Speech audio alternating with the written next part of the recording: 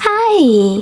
Today I would like to show you how you can transfer files from an Android device to Motorola Edge 3D. You need to start by opening Playstore on both smartphones and installing free app called Send Anywhere from this developer. Now click on Open. And from here you need to select I accept, confirm, continue and allow. Then do exactly the same on the other device. I accept, confirm, continue, allow.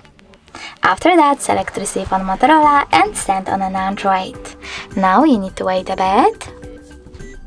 And then tap on all of those type of dots. After that, select send. This way you can choose all of your files that you wish to send and transfer them later on. It will take a lot of time though to transfer all of mine, so I will go with only one. For example, maybe this one. Choose send over here and tap on got it. Now you need to select no thanks and close this window on Motorola. And finally we have two ways to connect.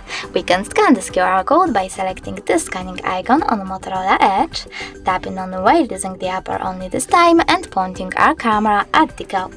But we can also input this key over here and select receive. Now after a couple of seconds, as you can see, my photo was successfully sent. Thanks so much for watching. If you enjoyed this video, smash that like button, comment and definitely subscribe. Bye!